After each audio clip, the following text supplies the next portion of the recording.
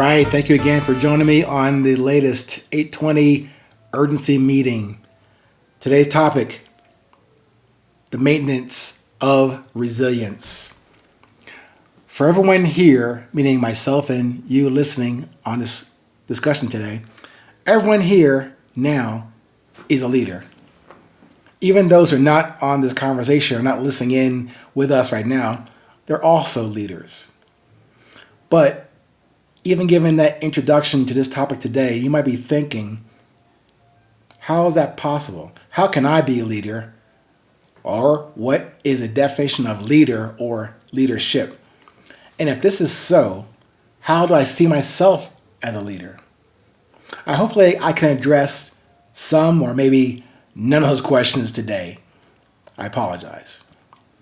It's not with the intention to confuse one theory on leadership with another. I do not intend to compete with any other method you may have learned in terms of leading and leadership. In fact, I would ask you to forget those former thoughts about traditional leadership techniques or models or steps. I also hope that you will forget anything that I say today about leadership. I know that probably sounds quite ridiculous. If I'm asking you to forget what I'm saying, you might say, then what am I doing here if he wants me to forget whatever he says? So bear with me, please. Maybe forget is a bad word to use here.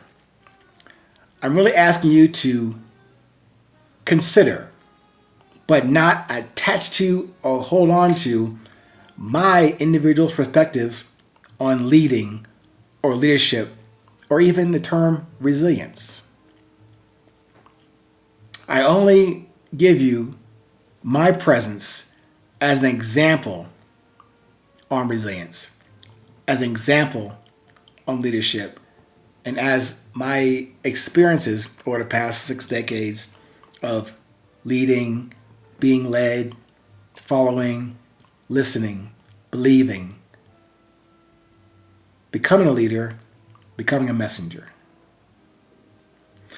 I really want to share a perspective on this, but only from what I'm considering my sincere value of an offer from me to you. Hopefully you can feel my passion about what I feel about resilience, about where it is, what it is, and how to leverage it. I would like to help you to understand your own beauty of leadership and to give you that or more tools, more options to make a different approach to that awareness of yourself, how to maintain that presence, and to give you more choices in how you choose to exercise that presence. So again, regardless of your choice to apply your presence to now, to yesterday, or tomorrow, all I want to share with you is an opportunity to refine, to define, and then decide to lead for yourself. Then, maybe only then, perhaps you will also choose to lead others.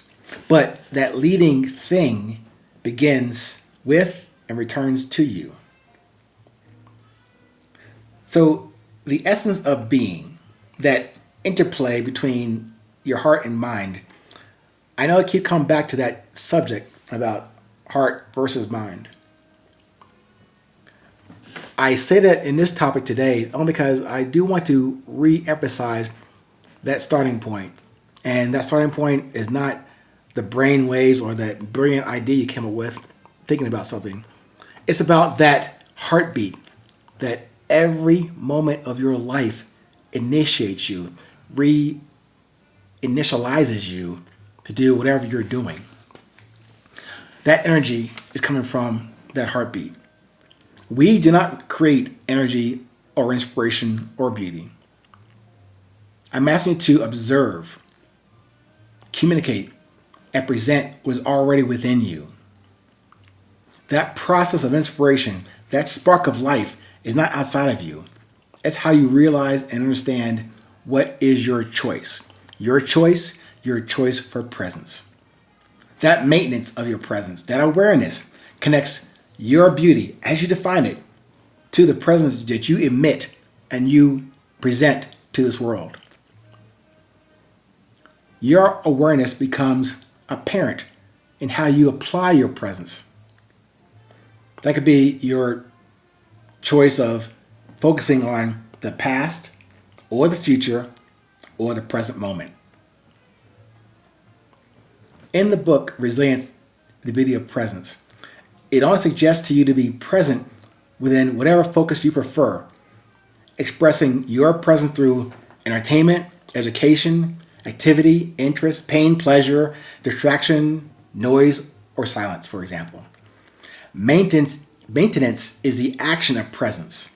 So instead of debating today versus tomorrow or yesterday, now versus later, maybe the term presence is easier to accept as a baseline for personal maintenance and leading.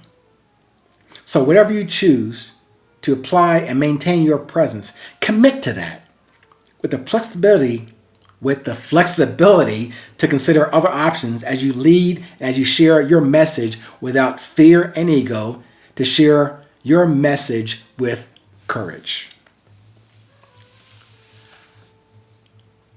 Leading, in a summary of this topic about maintaining it, is the power to design and the force to guide. Leading is that in the book. The power to design and the force to guide. The personal practice of observation and communicating your essence from your beauty. Beauty is inspiration. That is the essence within all of us. So again, for me, I chose to call my beauty what drives me in terms of light, energy, music, or money, for example. I call those four things, to me, currency. But that's how I define it. I'm asking you to define it for yourself. But that beauty, however you define it, is an awareness that connects all of us as leaders, not just as followers. As I said earlier, presence is the awareness or the maintenance of your beauty as you lead. Presence is the essence expressed in everything you do. That maintenance connects your beauty to presence and your presence to your beauty. It's not a one-way street. It's a cycle. It's a spiral. It's an evolving experience of understanding and developing and discovering who you are at your core. So when we observe beauty and communicate through this observation, we can enjoy and share the capability that we all possess individually and collectively. As this process becomes more consistent, we can continue to collaborate more and more as fellow leaders, and that can emerge. However, that emergence of that awareness is not an evolution. It is simply a wonderful birth requiring commitment and loyalty for us to realize and to enjoy. Thank you so much again.